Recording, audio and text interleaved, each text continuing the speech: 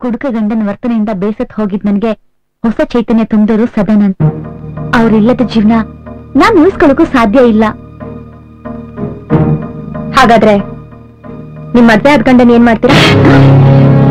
ಅಷ್ಟೊಂದು ಗಾಬರಿ ಆಗೋ ಅವಶ್ಯಕತೆ ಇಲ್ಲ. ಮನಸ್ಸಿಗೂ ಮೈಗೂ ಬೇಡವಾದ ಗಂಡನ್ ಬಗ್ಗೆ ಯಾರು ಯೋಚಿಸಲ್ಲ ಅಲ್ವಾ? ಹೋಗ್ಲಿ ಬಿಡಿ, ಅದ್ ನಿಮ್ ಪರ್ಸನಲ್ ವಿಷಯ. ನಿರ್ಧಾರ ತಗೊಳ್ಬೇಕಾಗಿರೋರು ನೀವು. ನಾನ್ ಸಜೆಷನ್ ಕೊಡ್ಬಹುದಷ್ಟೇ. ಏನು? ನೀವ್ ನಿಮ್ ಗಂಡನ್ ಬಿಟ್ಟು ಬರೋದಾದ್ರೆ ಇಲ್ಲಿಗೆ ಬನ್ನಿ. ಇಲ್ಲಿ ಯಾರ ಅಭ್ಯಂತರನೂ ಇಲ್ಲ. ಹೌದು, ಹೇಗಿದ್ರು ಈಗಾಗ್ಲೇ ಈ ಮನೆಯಲ್ಲಿ 4 ಜನ ಇದ್ದೀವಿ. ನೀವು ಬಂದ್ರೆ ಪಂಚವಟಿ ಅನ್ನೋ ಹೆಸರಿಗೆ ಸರಿಯಾದ ಅರ್ಥ ಬರುತ್ತೆ.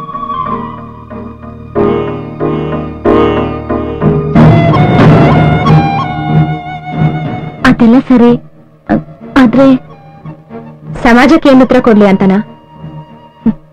ನಮ್ಗೆ ನಮ್ ಸುಖ ಸಂತೋಷ ಮುಖ್ಯ.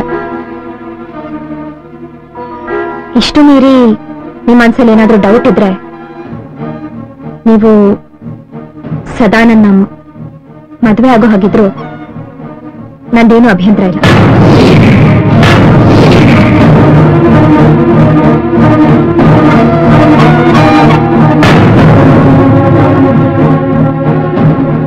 ನಾನು ಬರ್ತೀನಿ.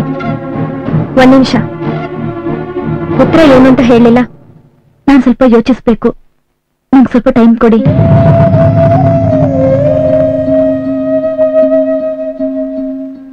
ಯಾಕೆ ಸುಮ್ಮಿ, ಏನಾಗಿದೆ ನಿನ್ಗೆ? ಮದುವೆ ಹಾಕು ಅಂತ ಸಲೀಸಾಗಿ ಹೇಳ್ಬಿಟ್ಟಿಯಲ್ಲ. ಜೀವನ ಅಂದ್ರೇನು ಹುಡುಗಾಟ ಅನ್ಕೊಂಡಿದೀಯಾ? ಯಾಕೆ ಸುಮ್ಮಿ ಇಂಥ ನಿರ್ಧಾರ ತಗೊಂಡೆ?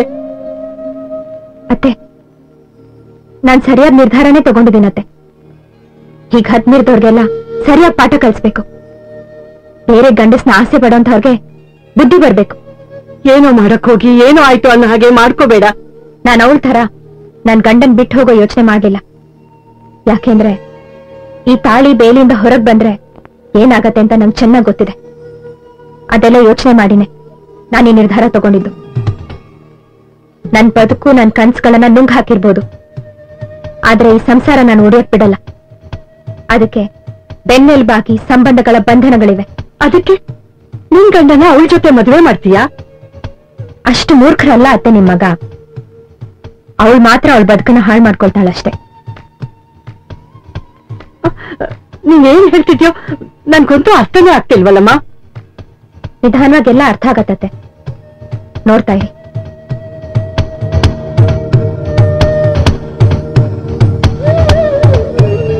ನಿಂತ್ಕೊಳ್ಳಿ, ನಾನ್ ನಿಮ್ಮ ಹತ್ರ ಮಾತಾಡ್ಬೇಕು. ಏನು? 1 ವರ್ಷದಿಂದ ನೀವು ಬದ್ಲಾಗ್ತೀರಾ ಅನ್ಕೊಂಡೆ, ಕೊನೆಗೂ ನೀವು ಬದ್ಲಾಗ್ಲಿಲ್ಲ. ಅದಕ್ಕೆ ನಾನ್ ಬದ್ಲಾಗ್ಬೇಕಾಯ್ತು. ಜಗಳಾಡೋದಕ್ಕೆ ರೆಡಿಯಾಗಿ ಬಂದಿದ್ಯಾ ಅನ್ಸುತ್ತೆ. ವಿಷಯ ಏನು ಅಂತ ನೇರವಾಗಿ ಹೇಳು, ನನಗ್ ಟೈಮ್ ಇಲ್ಲ. ನಿರ್ಲಕ್ಷ್ಯ ಮಾಡೋ ವಿಷಯ ಅಲ್ಲ. ನೋಡಿ, ನನ್ಗೆ ನಿಮ್ ಜೊತೆ ಸಂಸಾರ ಮಾಡಕ್ ಇಷ್ಟ ಇಲ್ಲ. ನನ್ಗೆ ಜೀವ ಸಾಕಾಗ್ಬಿಟ್ಟಿದೆ. ಹಾಯ್, ದಿನ ಹೇಳೋ ವಿಷಯನೇ ಹೇಳ್ತಾ ಇದೀಯಾ. ವಿಶೇಷತೆ ಏನು ಕಾಣಿಸ್ತಾ ಇಲ್ಲ. ಬೇರೆ ಏನಾದ್ರೂ ಇದ್ರೆ ಹೇಳು. ನಿಮ್ಮನ್ ಗಂಡ ಅಂತ ಹೇಳ್ಕೊಳ್ಳೋದಿಕ್ಕೆ ನನ್ ಮನಸ್ಸು ಹೋಗ್ತಾ ಇಲ್ಲ. No problem. ಹಗುರವಾಗಿ ನನ್ ಮಾತನ್ನ ಕಡೆಗಣಿಸ್ಬೇಡಿ. ನಿಮ್ಮಿಂದ ದೂರ ಹೋಗೋ ತೀರ್ಮಾನ ತಗೊಂಡಿದ್ದೀನಿ.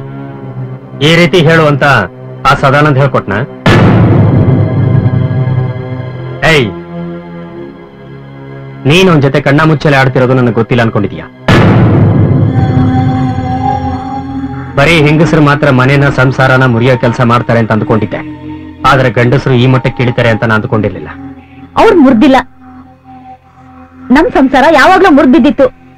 ಅವ್ರ ತಾಯಿ, ಅವ್ರ ಹೆಂಡತಿ ಎಲ್ರು ನಿಮ್ಮನೆಯವ್ರಿಗಿಂತ ಚೆನ್ನಾಗಿ ನೋಡ್ಕೋತಾರೆ. ಅವ್ರ ಬಂಗ್ಲೆ ಅಷ್ಟೇ, ಅವ್ರ ಹೃದಯನೂ ವಿಶಾಲವಾಗಿದೆ.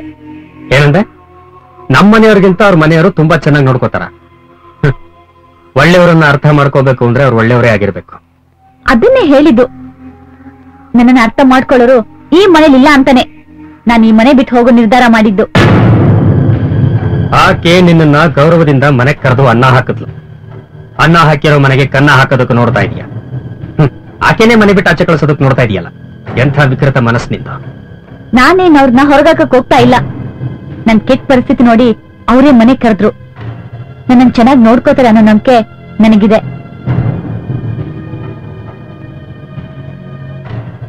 ಮನೆಯವ್ರನ್ನ ಬಿಟ್ಟು ನಿಮ್ ಜೊತೆ ಓಡ್ ಬಂದಿದ್ದಕ್ಕೆ ನೀವು ನನ್ನ ನೋಡ್ಕೊಂಡಿರೋದು ಅಷ್ಟರಲ್ಲೇ ಇದೆ.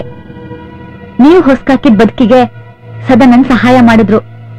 ಪ್ರೀತಿ ಅಂದ್ರೆ ಏನು ಅಂತ ಸದಾ ನನ್ ತೋರಿಸ್ಕೊಟ್ರು. ಅಂತ ವ್ಯಕ್ತಿನ ಪ್ರೀತಿಸೋದ್ರಲ್ಲಿ ತಪ್ಪೇನಿದೆ? ಏಯ್, ಸಂದರ್ಭಗಳು ಮನುಷ್ಯನ ಭಾವನೆಗೆ ಸಂಸ್ಕಾರಕ್ಕೆ ಸಂಬಂಧಪಟ್ಟಿರುತ್ತೆ. ಯಾರೋ ಗುಂಡುಬಿಟ್ಟೆಲೆಯಲ್ಲಿ ಊಟ ಮಾಡೋದು ಪುಣ್ಯದ ಕೆಲಸ ಅಂತ ನೀನ್ ಅಂದ್ಕೊಂಡಿದ್ರೆ ಅದಕ್ಕೆ ನಿನ್ನ ಹೀನ ಸಂಸ್ಕೃತಿನೇ ಕಾರಣ ಆಗಿರುತ್ತೆ. ನೋಡು, ನಾನು ಕುಡಿದು ಗಲಾಟೆ ಮಾಡ್ತಾ ಇದ್ದಿದ್ದೆ ಬೇರೆ ಕಾರಣಕ್ಕೆ. ನಾನು ಯಾರಿಗೂ ಮೋಸ ಮಾಡಿಲ್ಲ.